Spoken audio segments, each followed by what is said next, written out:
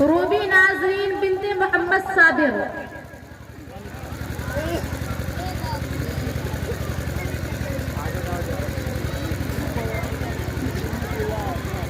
السلام علیکم ورحمۃ اللہ وبرکاتہ. الحمد للہ رب العالمین والصلاة والسلام علی رسولہ الامین ارسلہ رحمۃ للعالمین. معزز سامعین و سامعات، آج کے اس سالانہ انعامی مقابلے میں میری تقریر کا عنوان ہے وہ نبیوں میں رحمت لقب پانے والا. حاضرین و حاضرات، نبوت کا منصب نہ ہر کسی کو عطا کیا گیا اور نہ وہ شخص اپنی خواہش سے اس منصب پر فائز ہوا. یہ سراسر اختیار خداوندی ہے. اللہ تعالیٰ جسے چاہتا ہے نبوت اور رسالت سے سرفراز کر دیتا ہے. اللہ تعالیٰ اپنے بندوں کی ہدایت کے لیے دنیا میں تقریباً 1,24,000 انبیاء کرام مبعوث فرمائے جو سب لائق تعظیم اور انتہائی فضیلت کے حامل ہیں. لیکن تمام انبیاء میں حضرت محمد صلی اللہ علیہ وسلم آپ صلی اللہ علیہ وسلم نے ہر تعالیٰ افضل ہے. قرآن کریم میں بے شمار مقامات پر آپ صلی اللہ علیہ وسلم کا ذکر جمیل موجود ہے. کہیں آپ صلی اللہ علیہ وسلم کو اللہ رسول کہا گیا تو کہیں لوگوں کو خوشخبری سنانے اور ڈرانے والا بتایا گیا.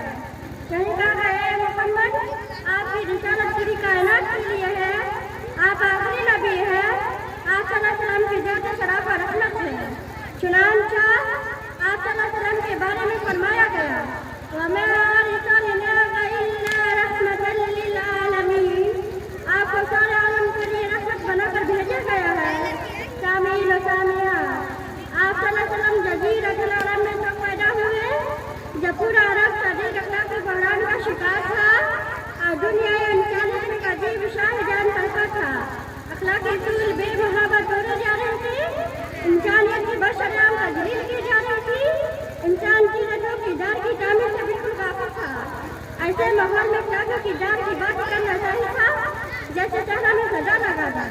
مگر اس نبی امی حضرت محمد صلی اللہ علیہ وسلم اپنی پوری زندگی اخلاقی اصول کی تبلیغ اور الہی قوانین میں گزار دی اور اس لمحے کے لیے بھی اپنے ماحول کی جاری سے مایوس رہے.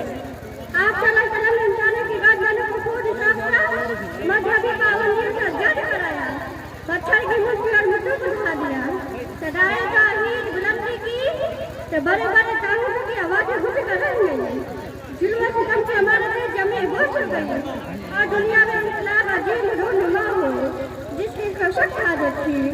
معزز سامعین و سامعات، تغیر عظیم جو دیکھے کہ وہی امت جو تلوار لے کر آپ صلی اللہ علیہ وسلم کو سر قلم کرنے کے لیے نکلے تھے، وفات نبی کے دن تمثیلیں برہنہ لے کر کہہ رہے ہیں کہ جو کوئی کہے گا کہ آپ صلی اللہ علیہ وسلم نے وفات پائی ہے تو اس کا ایسے قلم کر دیا جائے گا.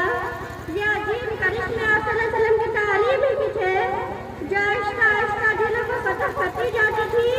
لیکن اب تو آج ہم نے تعلیمات نبی کو فراموش کر دیا اور دوسرے کاموں کی تقلید میں لگے ہوئے ہیں.